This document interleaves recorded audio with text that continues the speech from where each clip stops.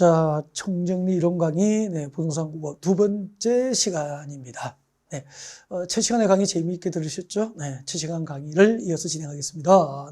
지금 저희들은 국토의 계획 및 이용에 대한 법률을 공부하고 있고요. 그 중에서 이제 계획에 관한 부분이죠.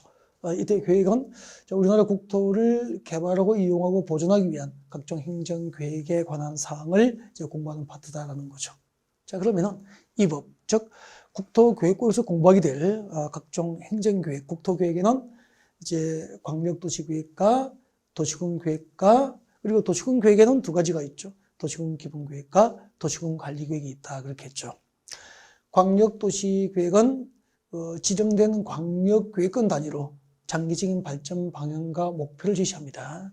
그 다음에 도시군기본계획은 한 개의 도시, 한 개의 군 단위로 장기적인 발전 방향과 목표를 제시한다는 거죠. 그러면은 광역도시계획과 도시군기본계획 공통점은 둘 모두 장기적인 발전 방향을 제시하는 행정계획인데 차이점은 도시군기본계획은 하나의 도시나 하나의 군 단위로 장기적인 발전 방향과 목표를 제시하고 광역도시계획은 이웃하고 있는 두 개성의 도시공간, 도시 또는 군 관할구역 전부나 일부를 하나의 단위로 묶어주는 뭐죠? 광역계획권이죠. 자, 이 지정된 광역계획권 단위로 장기적인 발전 방향을 제시한다는 점에서 차이가 나는 거죠. 자, 이렇게 광역도시계획과 도시군기본계획에서 장기적인 발전 방향과 목표를 제시하면 거기에 부합될 수 있도록 도시지역과 군 지역의 토지를 관리할 목적으로 몇 개죠? 6개. 6개의 구체적인 정책, 6개를 정책으로 입안하고 결정할 수 있는 행정계획이 도시군관리계획입니다. 라고 해가지고 그 도시군관리계획 중에서 우리 3가지를 공부했습니다. 도시군관리계획이란 용도지역, 용도지구, 두 번째 용도구역을 지정하고 변경할 수 있는 행정계획이 도시군관리계획이다. 그 다음에 이제 기반시설, 설치, 정비, 개량에 관한 행정계획이 도시군관리계획이다. 여기까지 이제 앞 시간에 학습이 이루어지게 된 거고요. 그러면은 이제 도시군관리계획 내용, 아까 우리 앞 시간에 공부하던 부분으로 가보겠습니다. 이게 맞죠. 도시군관리계획 내용 6개죠. 도시군관리계획이 무엇이죠? 이 6가지 정책들을 정책으로 입안하고 결정할 수 있는 행정계획이 도시군관리계획이다. 즉, 도시군관리계획에 의해서 도시지역과 군지역의 토지를 관리를 하기 위해서 용도지역, 용도지구, 용도구역이라는 것을 새로 지정도 하고 또 지정된 것을 변경할 수 있는 행정계획이 도시군관리계획이다. 그 다음에 이제 기반시설, 도시민의 생활에 기반이 되는 시설, 예를 들면 무엇이 있었죠? 그렇죠. 도로 등이죠. 도로 등 기반시설을 새로 설치, 정비, 개량할 수 있는 행정계획이 도시군관리계획이다. 여기까지 공부한 거죠. 여러분, 도시민의 생활에 기반이 될 수 있는 도로, 지하철, 공항시설, 종합운동장, 항만시설, 이렇게 그리고 그 녹지, 학교 등이 기반시설인데 그 기반시설 중에서 그 설치, 정비, 개량에 관하여 기반시설의 설치에 관하여 도시군관리계획으로 정책을 입안해서 고시된 시설, 기반시설 중에서 도시군관리계획으로 결정된 시설을 무엇이라고 하는 거죠? 그것을 도시군계획시설이라고 합니다. 그죠? 도시군계획시설, 도시군계획시설이라고 하죠. 그래서 도시군계획시설이라 함은 기반시설 중 도시군관리계획으로 결정된 시설을 말한다. 그렇게 앞 시간에 배웠고요. 그 도시군계획시설, 이 도시군계획시설을 새로 설치하고 정비하고 개량하는 사업을 도시군계획시설 사업이다라고 부르는 거죠. 그러니까 우리 서울에서 도로를 건설하고 서울 지하철을 만들고 한강대교 건설하고 고척동에 야구동 경기장 건설하는 사업이 곧 서울시 도시군계획시설 사업이고 서울시 도시군계획시설 사업은 도시군 관리 계획으로 결정된 사업이라고. 그리고 이 도시군 관리 계획은 어디에 해당됩니까? 광역도시 계획입니까? 도시군 계획입니까? 도시군 계획이잖아요. 그래서 도시군 계획이기 때문에 도시군 계획 중에서 도시군 관리 계획으로 결정된 사업이라고 해서 이 도시군 계획 시설 사업을 도시군 계획 사업이라고 부른다고. 즉 도시군 계획 사업이란 도시계획과 군 계획으로 결정된 사업이라고 해서 도시군 계획 사업이라고 부른다고. 국토계획법상 도시군 계획 사업에는 즉 도시계획과 군 계획으로 정책을 입안해서 결정할 수 있는 사업에는 첫 번째 도시군 계획시설 사업이 있다. 하나 외웠죠? 국토계획법상 도시군 계획 사업에는 도시군 계획시설 사업이 있어요. 그 다음에 도시군 관리계획이란 도시개발사업과 정비사업을 정책으로 입안해서 결정할 수 있는 사업이에요.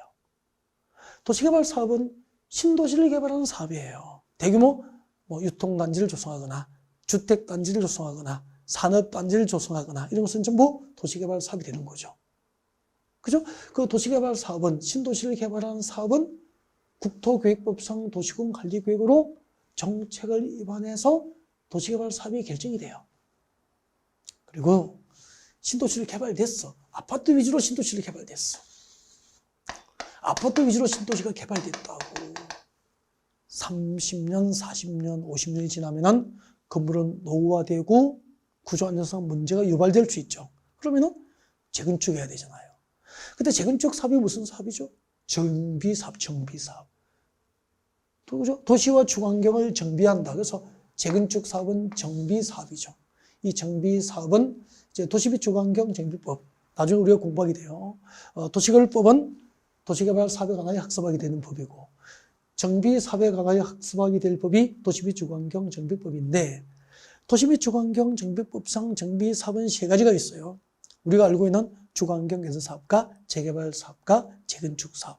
주거환경 개선 사업과 재개발 사업과 재건축 사업은 정비 사업이고, 그 재개발 사업과 재건축 사업, 정비 사업도, 즉 여러분 아파트 재건축하면 그 재건축 사업도, 여러분 동네를 재개발하면 그 재개발 사업도 정비 사업으로서 국토계획법상 도시군 관리계획으로 그 사업을 결정하는 거예요. 그럼 보십시오. 국토계획법상 도시군 관리계획으로 결정되는 사업을 무슨 사업이라고 합니까? 도시군 계획 사업이라 그래요. 왜요? 도시군 관리계획은 도시군 계획이고 도시군 계획으로 결정된 사업이니까. 그 도시군 계획 사업에는 세 가지가 있죠. 도로 만들고 지하철 건설하는 도시군 계획 시설 사업이 있고요. 신도시를 개발하는 도시개발 사업이 있고요. 재개발 사업과 재건축 사업 등 정비 사업이 있고요. 이 세 가지 도시군 계획 시설 사업과 도시개발 사업과 정비 사업, 이 세 가지 사업의 공통점은 전부 도시군 계획 중에서 도시군 관리 계획으로 정책을 입안해서 결정하는 사업이기 때문에 이 세 가지 사업을 국토계획법상 도시군 계획 사업이라고 그래요. 그래서 이 세 개를 외워야 됩니다. 같이 외웁니다. 여러분, 국토계획법상 도시군 계획 사업에는 무슨 사업이 있죠? 도시군 계획 시설 사업과 도시개발 사업과 정비 사업이 있다. 시험이 이렇게 나와요. 국토계획법상 도시군 계획 사업에는 주택법상 대지 조성 사업도 포함된다. 포함됩니까? 주택법상 대지 조성 사업이 이거 세 가지 포함됩니까? 없잖아요. X. 택지개발 촉진법상 택지개발 사업은 이 법상, 즉 국토계획법상 도시군 계획 사업이다. 택지개발 사업이 여기에 포함되어 있습니까? 없잖아요. X. 예를 들면 시험 문제가 그렇게 나오는 거죠. 그래서 지금부터 국토계획법상 도시군 계획 사업이라 하면 도시군 계획 시설 사업과 도시개발 사업과 정비 사업이 있다. 제도 속에서 용어 설명하고 있잖아요. 이거 교재로 확인해 드릴까요? 자, 여러분 교재 35페이지입니다. 여러분 교재 35페이지 오시면은 16, 17, 18을 묶어요. 16번부터 16번, 17번, 18번을 묶어서 별표해 주십시오. 왜요? 시험 나오니까요. 네, 잘 나옵니다. 16, 17, 18 묶어서. 자, 16번 밑줄 껐죠? 기반 시설 중에서 도시군 관리계획으로 결정된 시설을 도시군 계획 시설이라고 합니다. 앞 시간에 밑줄 껐잖아요. 내려오십시오. 17번. 자, 그 도시군 계획 시설 사업이란 밑줄 그으십시오. 도시군 계획시설을 설치, 정비, 개량하는 사업이에요. 아까 설명드렸죠? 네. 그 다음에 내려오십시오. 18번 도시군 계획사업. 이건 암기하셔야 돼.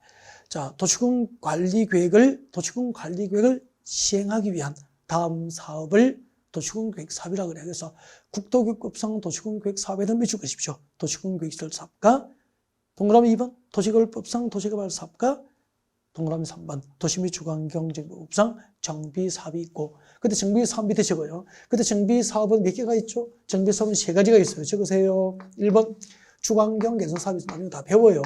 주거환경 개선 사업이 있습니다. 주거환경 개선 사업이 무엇일까요? 그것은 도시 및 주거환경정비부에서 나중에 별도로 공부하게 될 거예요. 그 다음에 재개발 사업이 있습니다. 재개발 사업이 무엇이죠? 재개발 사업도 네, 도시 및 주거환경정비법에서 배우게 될 겁니다. 재개발 사업과 그리고 무엇이 있습니까? 재건축 사업이 있다. 재건축 사업이 있다 이렇게 됩니다. 주거환경 개선 사업과 재개발 사업과 재건축 사업 이 3가지 사업을 국토교육법상 도시 및 주거환경정비법상 정비 사업이라고 하고, 이 정비 사업도 이 법상 도시군 계획 사업에 해당되는 거죠.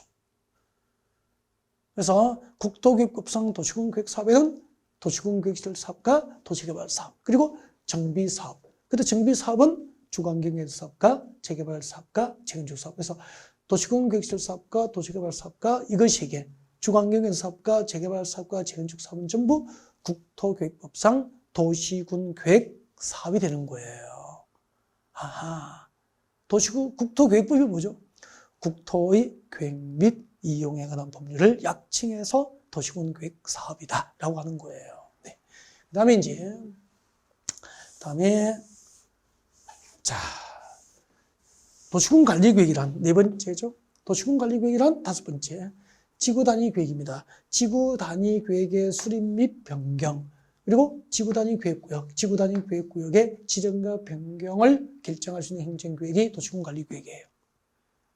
지구 단위 계획의 수립과 변경, 지구 단위 계획구역의 지정 및 변경을 결정할 수 있는 행정계획이 도시군 관리 계획이 되는 거예요. 네. 자, 그러면은 지구 단위 계획이 무엇일까 설명을 좀 드리겠습니다. 용어 설명 드릴 거예요, 이제. 지구 단위 계획이 무엇일까? 고개를 드시면 됩니다. 지구 단위 계획이란 봐주세요. 여러분, 오늘 이렇게 배웠죠. 광역계획권 단위로 수립하는 국토계획이 뭐죠? 광역계획권 단위로 수립하는 국토계획이 광역도시계획이죠. 광역도시계획이죠. 그 다음에 한 개의 도시, 한 개의 군 단위로, 도시 또는 군 관할 구역 단위로 수립하는 행정계획이 뭐죠? 도시군 계획이죠. 글자 그대로요. 도시군 계획이 되는 거죠. 도시군 계획이 되는 거죠. 도시가 수립하면은 도시 계획이고, 군이 수립하면은 군 계획이 되는 거죠. 그 도시가 수립하는 도시 계획과 군 단위로 수립하게 될 군 계획을 합하여 도시군 계획이라고 한다. 그리고 그 도시군 계획에는 네, 2가지가 있었잖아요. 뭐죠? 도시군 기본계획과 도시군 관리계획이다. 그렇게 배운 거죠. 그럼 지구 단위 계획이 뭘까? 봐주십시오. 여러분, 여기 봐주세요. 서울시예요. 서울시. 그러면은 서울시는 한 개의 도시잖아. 그죠? 자, 이 서울시 관할구역 전부를 단위로 서울시 관할구역을 단위로 수립하는 행정계획이 광역도시계획입니까? 도시군 계획입니까? 서울은 도시니까 도시군 계획이죠. 그래서 서울시 관할구역을 단위로 하는 행정계획은 도시군 계획이에요. 도시군 계획이라고. 이게 뭐죠? 도시군 계획이에요. 서울시 하나의 도시 전부를 단위로 하는 행정계획은 도시군 계획이라는 거죠. 그리고 여기는 서울시 녹지지역이에요. 녹지지역입니다. 녹지지역. 여기 녹지지역이에요. 녹지지역. 여러분, 서울시 주변에 보이는 산은 녹지지역으로 묶여있다고. 녹지로 묶여있다고. 녹지지역이면서 동시에 2가지로 묶어놔요. 녹지지역 위에 다시 이중으로 꽁꽁 묶어버려요. 그린벨트입니다. 개발 제한구역으로 묶어버립니다. 개발 제한구역, 그린벨트로 묶어버리죠. 아니면은 공원으로 묶어둡니다. 그러면은 이곳은 여기는 용도 지역은 녹지 지역이에요. 녹지 지역으로 한번 녹지로 묶어놓고 그 위에다 추가로 그린벨트로 묶어버린 거예요. 그 그린벨트가 정식 명칭이 나중에 배워요. 들어보셨죠? 개발 제한구역이라고 합니다. 개발 제한구역이라고 합니다. 그린벨트 개발 제한구역. 녹지 지금서 그린벨트 이중으로 묶여있죠. 그러다가 이만큼이 그린벨트에서 해제가 된 거예요. 잘 보세요. 이만큼이 그린벨트에서 해제가 됐다고. 그러면은 그린벨트에서 개발 제한구역에서 해제된 지역은 서울시 도시군계획 수립 대상 지역 중 일부 지역이잖아. 이렇게 도시 또는 군 관할구역, 도시나 군 관할구역 중 일부 지역 단위를 지구 단위라고 합니다. 지구 단위라고 합니다. 지구 단위라고 불러요. 도시 또는 군 관할구역 중 일부 지역 단위를 지구 단위라고 하고, 그 그린벨트가 해제되면은 서울시 주변 지역이 강남이면은 강남 지역의 특성에 맞도록 그 일부 지역 단위의 개발 계획을 수립해서 개발하게 돼요. 그 일부 지역 단위의 도시군 관리 계획을 지구 단위 계획이라고 하는 거예요. 그리고 지구 단위 계획이라고 하는 일부 지역 단위, 도시 또는 군 관할 구역 중 일부 지역 단위의 개발 계획인 지구 단위 계획을 수립하려고 지정된 구역을 지구 단위 계획 구역이라고 부르고, 그 지구 단위 계획의 수립과 변경, 지구 단위 계획 구역의 지정과 변경을 결정할 수 있는 행정 계획이 도시군 관리 계획으로 결정해서 고시를 하는 거죠. 고시. 그러면 이렇게 생각하시면 되겠네요. 서울시 주변에 그린벨트가 해제가 되면은 서울시에서 그 그린벨트가 해제된 지역, 개발 제한구역, 그린벨트가 해제된 지역을 지구 단위 계획구역으로 서울시 도시군관리로 지정을 결정해서 고시합니다. 고시 날리는 거잖아요. 앞으로 서울시 주변에 그린벨트가 풀리면은 그 그린벨트가 해제된 지역을 개발하기 위해서 지구 단위 계획구역을 지정해요. 지구 단위 계획구역의 지정을 서울시 도시군관리로 결정해서 서울 시민에게 고시한다니까. 고시 날리는 거잖아요. 그 다음에 그 지구 단위 계획구역을 지정하면은, 그날부터 3년 내에 그 지구 단위 계획구역이 지정된 일부 지역 단위의 개발 계획을 결정합니다. 그것을 뭐라고 하죠? 지구 단위 계획이라고 하는 거죠. 지구 단위 계획이라고 하는 행정 계획을 3년 내에 지구 단위 계획을 결정해서 고시해야 되는 거야. 그러니까 지구 단위 계획 구역 지정이 결정 고시되면은 그날부터 3년 내에 계획을 결정해서 고시해야 되고요. 그 결정 고시된 지구 단위 계획이라고 하는 이 행정 계획에 의해서 그린벨트 해제 지역이 공식적으로 계획적으로 개발되는 거죠. 즉, 그 지역 단위의 개발 계획인 지구 단위 계획으로 서울시가 결정 고시한 지구 단위 계획으로 그린벨트 해제 지역이 개발되는 거예요. 나중에 별도로 지구 단위 계획편이 이 국토교육부에서 여러분이 공부하시게 돼요. 1시간 반 내지 2시간 동안 공부하시게 된다고. 일단 들어보더라고. 그러면 이렇게 합시다. 여러분, 한 개의 도시나 군 관할구역 전부를 단위로 하는 국토계획이 이게 뭐죠? 도시군 계획이라면은 그 도시군 계획 수립 대상 지역 중 일부 지역 단위, 이 일부 지역 단위의 도시군 관리 계획을 무엇이라고 하죠? 지구 단위 계획이라고 하는 거죠. 이런 앞으로 우리가 공부하게 될, 지금 이해가 안 돼도 괜찮아요. 자, 이렇게 공부하게 될 지구 단위 계획의 수립과 변경, 지구 단위 계획구역의 지정과 변경을 결정할 수 있는 행정계획은 도시군 관리계획이라는 겁니다. 이해가 됐죠? 그 다음에 입지규제 최소구역이죠. 입지규제 최소구역을 새로 지정하고 변경할 수 있는 행정계획이 도시군 관리 계획이 되는 거예요. 그러면 입지규제 최소구역이 무엇인지 용어 설명을 이 제도 속에서 용어 설명 드릴 거예요. 지구 단위 구역도 설명했죠. 도시 또는 군 관할 구역 중 일부 지역 단위의 도시군 관리 계획이 뭐죠? 지구 단위 계획이죠. 이거 교재에서 밑줄 긋고 봅시다. 여러분 교재. 지구 단위 계획이 무엇일까요? 용어 설명을 하겠습니다. 네. 자, 여러분 교재 지구 단위 계획이 그렇지 34페이지에 있어. 여러분 교재 34페이지 오세요. 네. 자, 교재 34페이지 오셔가지고 자 제일 위에 보면 5번에 지구 단위 계획 찾으셨습니까? 별표하세요. 왜요? 시험 나오니까 잘 나오니까 자 별표하시고 읽어드릴게요. 도시군 계획 수립 대상 지역 미칠 거예요. 여러분 도시군 계획을 수립하는 대상 지역은 제가 아까 여기 나와 있네. 한 개의 도시나 한 개의 군 단위로 도시군 계획이 수립되는 거예요. 그러니까 거기서 도시군 계획 수립 대상 지역은 도시 또는 군 관할 구역을 의미하는 거야. 그 도시 또는 군 관할 구역의 전부입니까? 일부입니까? 일부 동그라미.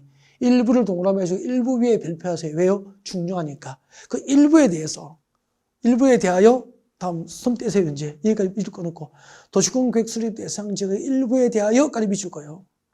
그리고 손 떼고 그 뒤에 줄 것이면 안 돼. 그 뒤에 줄 거면은 책 찢어버릴 거예요. 책 찢어버린다. 자, 도시군 계획 수립 대상 지역의 일부에 대하여 손 떼시고 토지용의 합리화 그리고 도시기능 증진, 미관 개선, 양호한 환경 확보 그 지역을 체계적 계획적으로 관리하기 위해서 지금도 줄 거예요. 수립하는 줄 것의 끝까지 수립하는 도시군 관리 계획을 말한다. 밀쭉 끈거 읽어보세요. 도시군 계획 수립 대상 지역의 일부에 대하여 수립하는 도시군 관리 계획을 무엇이라고 합니까? 지구 단위 계획이라고 그러는 것이고 중간에 제가 밑줄을 끄드리지 않은 거. 그죠? 토지용의 합리화, 도시기능 증진, 미관 개선, 양호한 환경 확보, 지역적, 체계적 계획적 관리는 지구 단위 계획의 수립 목적입니다. 수립 목적. 참고만 하는 거야. 거기 밑줄 거신 분은 그 시험에 안 나오는 쓸데없는 것을 외우시면 됩니다. 아셨죠? 농담이고. 자, 지구 단위 계획이란 도시군 계획 수립 대상 지역 중 전부가 아니고 일부 지역 단위의 도시군 관리 계획을 지구 단위 계획이라고 한다. 그렇게 하시면 되죠. 네. 그 밑에 입지규제 최소구역 계획이 나와 있다고.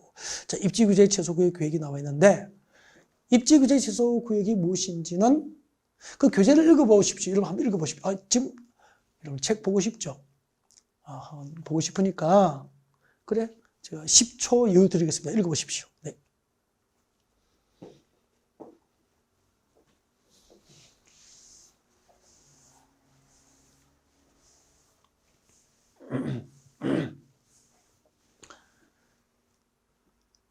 읽어보셨습니까? 네, 읽어보셔서 무슨 말인지 가슴에 와닿지 않잖아요. 그래서 지금부터 자 저의 마법 같은 설명을 들어보십시오. 이해가 되실 겁니다. 보시죠. 네, 여러분 인문 과정에서 제가 설명을 다 드렸었죠. 이게 서울이에요. 여기가 네, 삼성동 한전부지입니다. 한전부지가 뭐죠? 한국전력 본사가 있던 땅이죠. 한국전력 본사가 있던 땅, 한전부지예요. 한국전력 본사가 있던 땅이니까 이 한국전력 본사가 어디로 갔느냐 하면은 저기 전라도 나주 혁신도시로 갔습니다. 나주 혁신도시. 저희 막내 외숙모님이 나주에서 시집을 오신 분이에요. 네. 키도 크시고 이쁘시고 성격도 호탕하시고 네. 나주 혁신도시입니다. 그 나주 혁신도시는 이제 그 과거 노무현 정부에서 수도권에 이제 이렇게 막 인구나 이렇게 뭐 교육, 뭐 금융, 정치, 뭐 문화 시설 등 뭐 수도권에 집중이 되어 있다고 해도 과언이 아니잖아요. 그래서 이제 지역 균형 개발 발전을 위해서 수도권에 있는 그 중요 공기업 본사들을 지방의 낙후 도시로 이전해서 만들어진 게 혁신도시예요. 그래서 나중에 혁신도시로 이제 한전이 간 거죠, 한전. 그럼 이제 한국전력본사가 왔고 근무할 수 있는 직원들이 거주할 수 있는 아파트 단지가 들었었고 또 학교 가야 되니까 학교가 들어오고 해서 이게 아주 핵심 도시가 된 거죠. 네. 건설 비용이 만약에 그냥 제가 하는 이야기예요. 건설 비용이 13조 원이 들었어 라고 가정하면은 정부에서는 이 삼성동에 한국전력본사가 있던 땅이 한전 부지를 팔아서 나주 혁신도시 건설 비용을 구해야 되는 거예요. 그래서 이제 한국전력본사 땅을 정부가 비싸게 팔 거예요. 이걸. 우리 한국전력본사 부지 내놨으니까 비싸게 사세요 하니까 아니 빨리 비싸게 파는 방법은 이 땅을 사서 원하는 개발을 최대한 하게 해서 그죠? 개발을 보장해주면은 토지의 경제적 가치를 개발을 통해서 창출할 수 있으니까 비싼 값으로 빨리 팔 수 있잖아요. 그래서 이 지역을 비싼 값으로 파는 방법이 있어. 이 지역에 개발할 수 있는 개발할 수 있는 입지 규제를 최소화해 주려고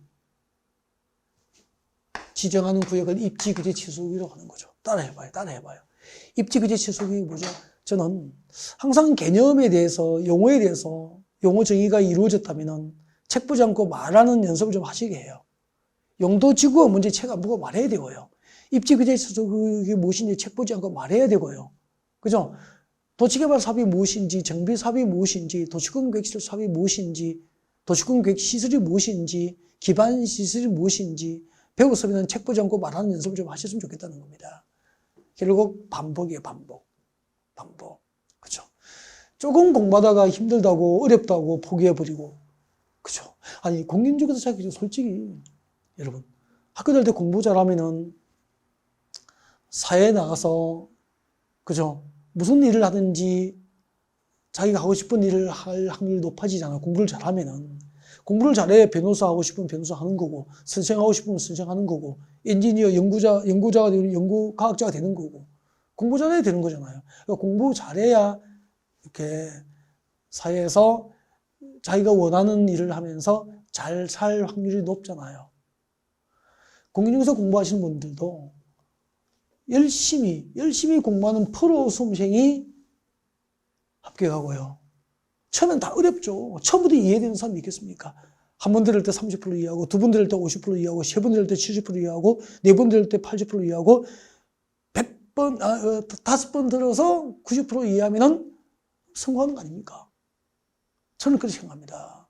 그리고 대한민국의 보통 사람이 한 1년, 2년 열심히 준비해서 자격증 공인중개사 시험에 합격하는데, 보통 사람이 합격하는 이거 시험 하나도 해내지 못한다면은 그분은 사회에 나와서 다른 일을 하셔도 잘할 확률이 매우 낮다고 저는 생각해요.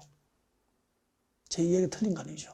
그래서 여러분, 이제 잘못 들어오신 거예요. 이제 들어오시면 발목 잡힌 거예요, 저에게. 이제 시작하셨으니까 끝내십시오. 합격으로 끝내십시오. 이거 해내면은 다른 것을 잘할 확률이 높다는 겁니다. 이거 못하고 포기하면은 다른 것도 못하고 포기할 확률이 높아지거든요. 그래서, 요즘에는 프로의 세상이잖아요. 프로가 되십시오. 그 공부하는 것도 수험 준비도 프로 정신으로 하십시오. 그 프로만, 그죠? 살 수 있는, 경쟁에서 이길 수 있는 세상 아닙니까? 따라하십시오. 개발 입지 규제 취소가 뭐죠? 개발 입지 규제를, 개발할 수 있는 입지 규제를 최소화해 줄 목적으로 지정하는 용도구역이에요. 근데 정부에서, 서울시에서 삼성동 한전부지를 사면은 개발할 수 있는 입지 규제, 개발할 수 있는 입지 규제를 최소화해 줄 테니까 비싸게 땅 좀 사세요 하니까 안 믿는 거예요. 그럼 규제를 풀어주는 것을 말로 해야 됩니까? 행정계획으로 보장해야 됩니까? 행정계획으로. 그래서 입지규제 최소구역이 지정되면 입지규제 최소구역 계획이라고는 행정계획을 수립한단 말이야. 이 입지규제 최소구역 계획이라고는 행정계획에 의해서 규제를 이렇게 완화해서 풀어주는 거죠. 예를 들면 이 입지 규제 최소 위에 건축할 수 있는 건축물의 용도, 종류, 규모를 완화해 주는 거예요. 예를 들면 삼성동 한전부지를 사면은 우리 건축법상 건축물의 종류가 용도별로 29개가 있어요. 단독주택, 공동주택 들어보셨죠? 단독주택, 공동주택, 제1종 권리시설, 제2종 권리시설, 문화및 집회시설 이렇게 해서 야영장 시설까지 건축물의 종류가 29개인데 그 29개의 용도 가운데서 대부분의 용도는 건축할 수 있도록 용도를 풀어줍니다. 사업성이 있다고 판단되면 다 건축해라. 용도를 풀어주는 거죠. 건축할 수 있는 건축의 종류를 풀어주는 거잖아. 대규모, 더 넓게, 더 높게 건축할 수 있도록 건축의 규모를 완화해줍니다. 그리고 건축의 용도 제한을 풀어줍니다. 용도 제한. 29개의 건축법상 건축의 용도 가운데서 사업성이 있는 용도는 대부분 건축할 수 있는 용도 제한을 완화해줘요. 그리고 건폐율을 완화해줍니다. 건폐율은 나중에 배워요. 대지 면적에 대한 건축 면적 비율이야. 대지 면적, 100평의 땅을 사면 건축 가능한 면적이 몇 %일까? 건축 가능한 면적 비율을 늘려주니까 대지의 최대한 넓게 건축 면적을 허용한다는 뜻이에요. 즉 건물 넓이를 크게, 건축 면적을 크게 대지 안에 꽉 채워서 넓게 건축할 수 있게 해주는 거죠. 용적률을 완화해서. 용적률 많이 배워요. 용적률을 완화해서 건축 높이를 풀어줍니다. 그러면은 입지 규제 최소의 땅 사면은 돈 된다고 사업성이 있다고 판단한 건축물을 가장 넓게, 가장 높게 건축할 수 있게 해주는 거죠. 무엇으로? 행정계획으로. 그 행정계획이 입지 규제 취소 구역 계획이 되는 거예요. 그러면 입지 규제 취소 구역이 지정되면 입지 규제 취소 구역 계획에 의해서 개발 입지 규제가 최소로 보장되는 거고, 지구 단위 계획 구역이 지정되면 그 지역 단위의 개발 계획인 도시군 관리 계획인 지구 단위 계획을 결정해서 공적으로 개발이 이루어지는 거죠. 지구 단위 계획 구역이 지정되면 지구 단위 계획이라는 행정 계획의 수립을 필요로 하고, 입지 규제 최소 구역이 지정되면 입지 규제 최소 구역 계획이라는 행정 계획을 필요로 하게 되고, 그러면은 이 삼성도 한전부지를 이 행정 계획을 믿고 이렇게 행정 계획에 의해서 규제가 풀어질 것이라는 것을 믿고, 당시 언론에서 시가 5조, 6조, 시가 5조면은 저 땅 살 수 있을 거야 라고 했는데, 현대자동차 그룹의 정몽구 회장님이 10조를 질러버려서 낙찰받아 버렸잖아요. 시가 5조짜리를 10조에 샀다니까. 지금 현대는 망했습니까? 현대자동차는 땅 잘 샀죠.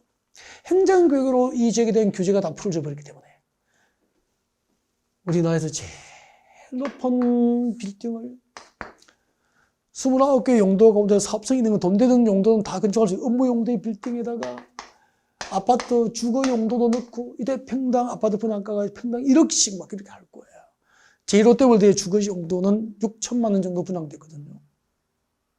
정확한 가격은 모르지만 6천만 원 내외예요. 평당. 그럼 평당 1억 정도 주거 용도, 주상복합.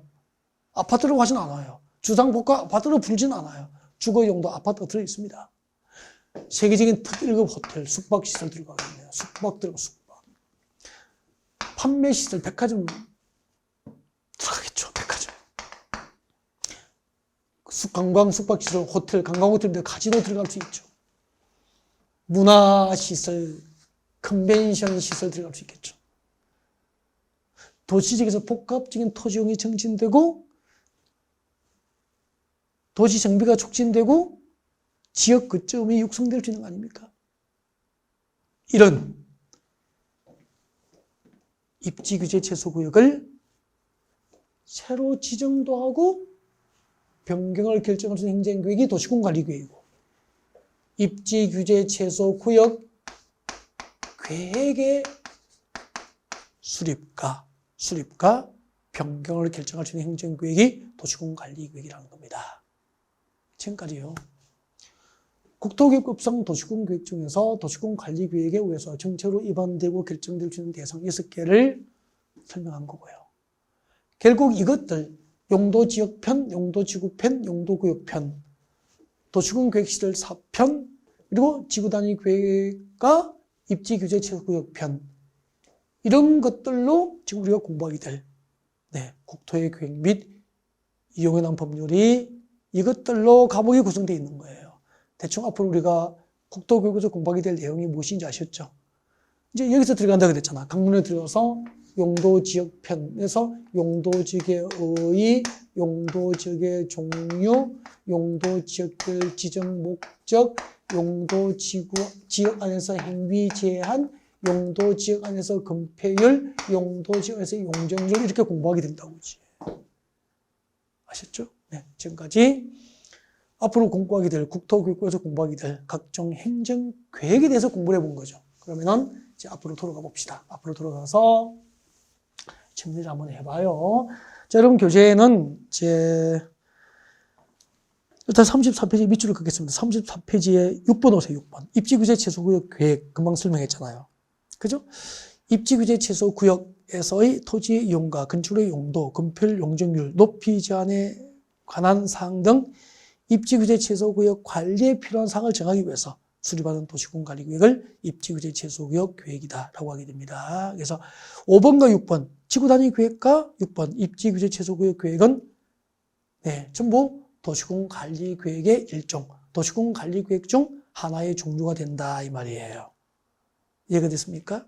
그 다음에 8번에 성장관리계획이 나와 있습니까? 네, 성장관리계획 용어를 잠깐 좀 설명을 드리고 그 다음에 이제 다시 앞쪽으로 돌아갈 수 있도록 하겠습니다. 성장관리계획이 무엇일까? 용어 설명을 좀 드리겠습니다. 네, 성장관리계획을 앞으로 봐주실까요?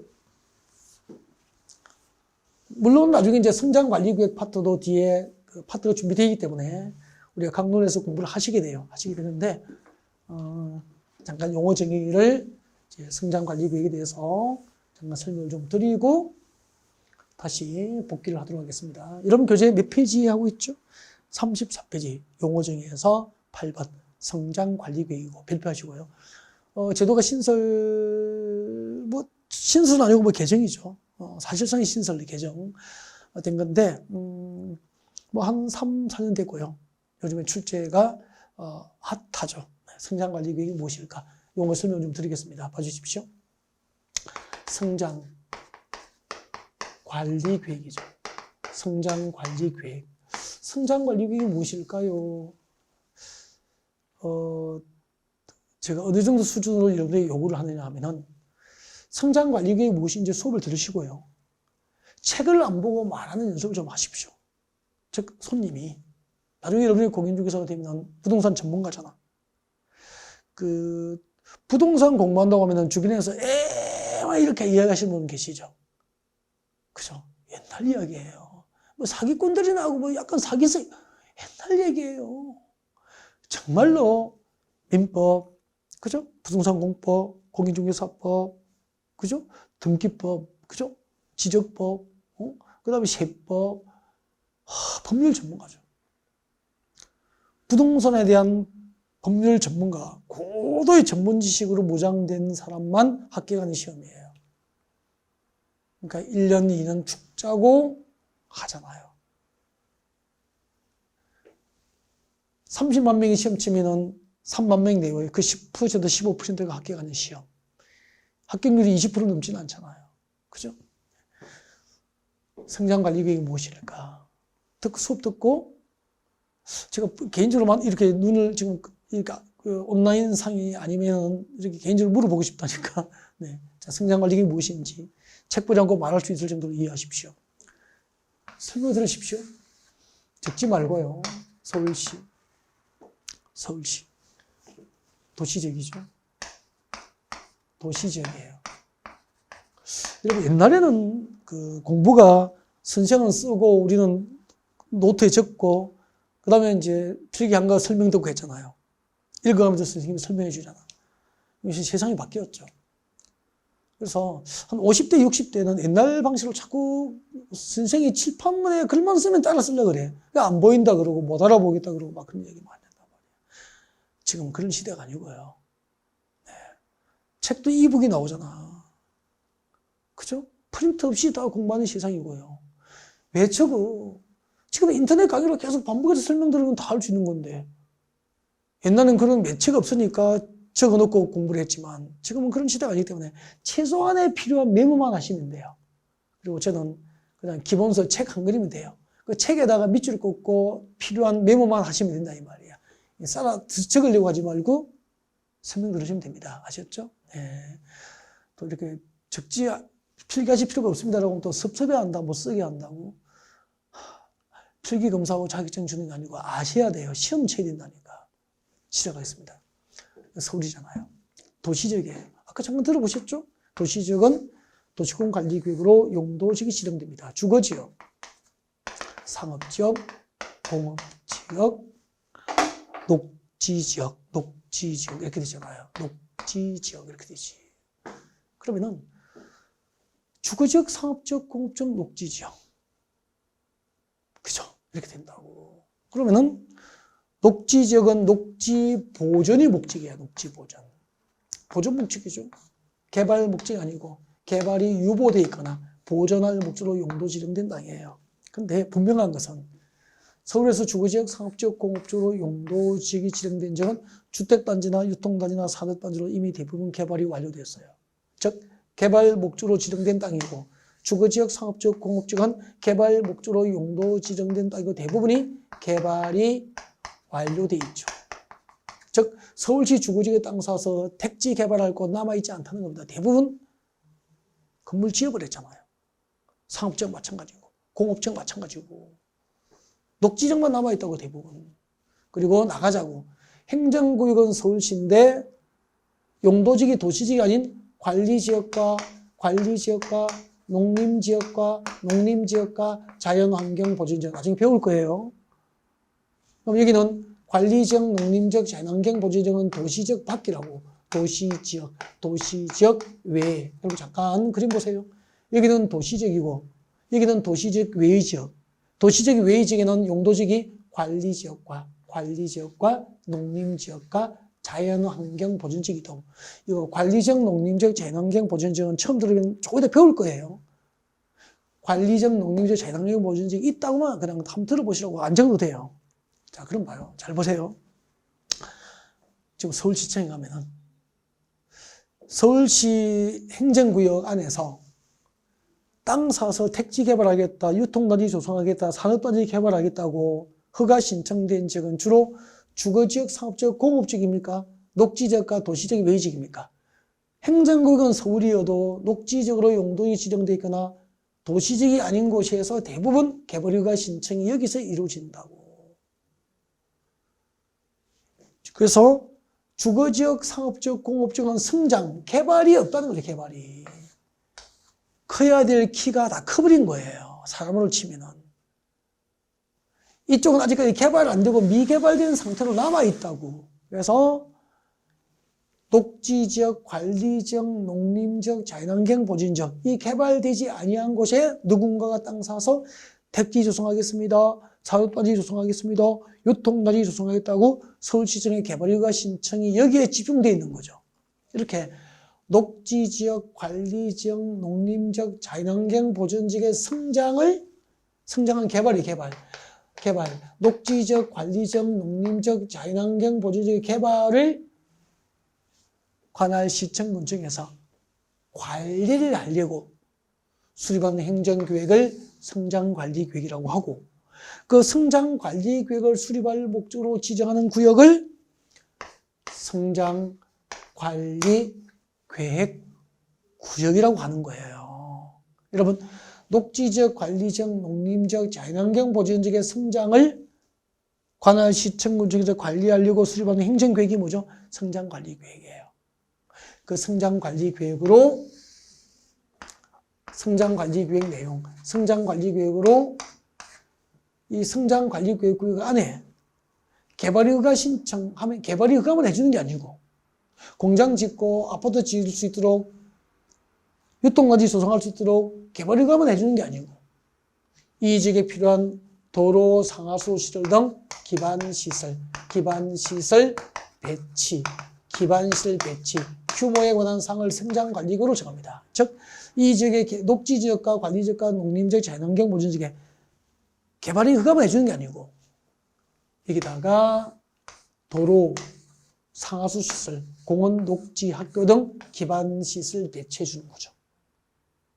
그러면 이 성장관리구역에 어떤 기반시설, 도로, 지하철, 공항시설, 항만시설, 종합운동장, 공원, 녹지, 학교 등 어떤 기반시설을 배치할 건지, 그 규모를 어떻게 할 건지 성장관리구를 정한다 이 말입니다.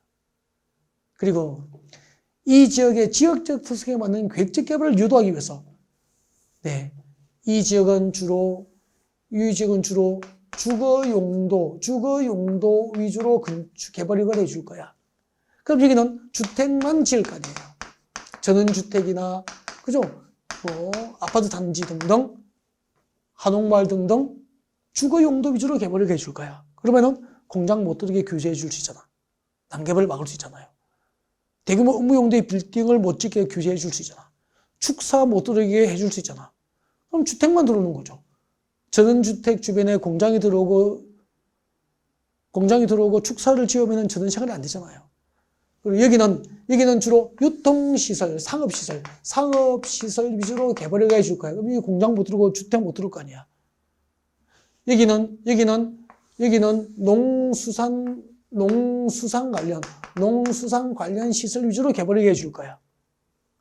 여기는 스포츠, 문화시설 위주로 개발을 해줄 거야.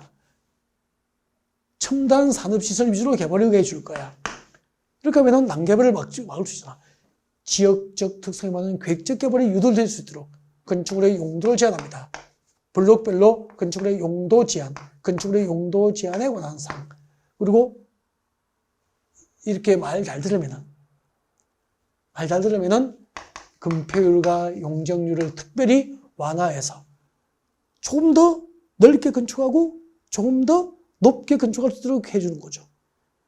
이게 성장관리계획이에요. 그래서 성장관리계획은 녹지지역, 관리지역, 농림지역, 자연환경 보존지역의 성장을 관리할 목적으로 수립하는 행정계획이 성장관리계획이지. 주거지역, 상업지역, 공업지역에는 법적으로 성장관리계획의 수립을 할 수도 없고, 즉 성장관리계획구역을 지정할 수 없다는 거예요. 이것만 알아도, 이 정도 개념만 이해해도 시험에서 정답 찾아갈 수 있는 확률이 매우 높아지게 됩니다. 여러분 보십시오. 34페이지 8번 성장관리계획을 발표하시고요. 읽어볼까요? 성장관리계획구역에서 난개발을 방지하고 계획적 개발을 유도하기 위해서 수립하는 행정계획이 성장관리계획인데, 성장관리계획을 수립할 수 있는 용도지역이 뭐죠? 지금도 괜찮아요. 녹지지역, 관리지역, 농림지역, 그리고 자연환경보전지역 이렇게 되죠. 그래서 성장관리계획 수립이 법상 가능한 용도지역은 녹지지역, 관리지역, 농림지역, 자연환경보전지역을 위해서 녹관농자의 성장을 관리할 목적으로 수립하는 행정계획을 성장관리계획이라고 한다. 그렇게 이해하시면 됩니다. 일단 여기까지 2교시를 마무리하고 3교시는 이제 다시 앞으로 돌아가서 이제 방금 우리가 공부했던 그 도시공관리계획 등과 관련된 이제 그 강론으로 들어가기 전에 제일 상위 계획인 그 광역도시계획과 그리고 이제 도시공관리계획 위에 도시공기본계획이 있었죠. 그 광역도시계획과 도시공기본계획 등을 구체적으로 학습하는 내용으로 들어가겠습니다.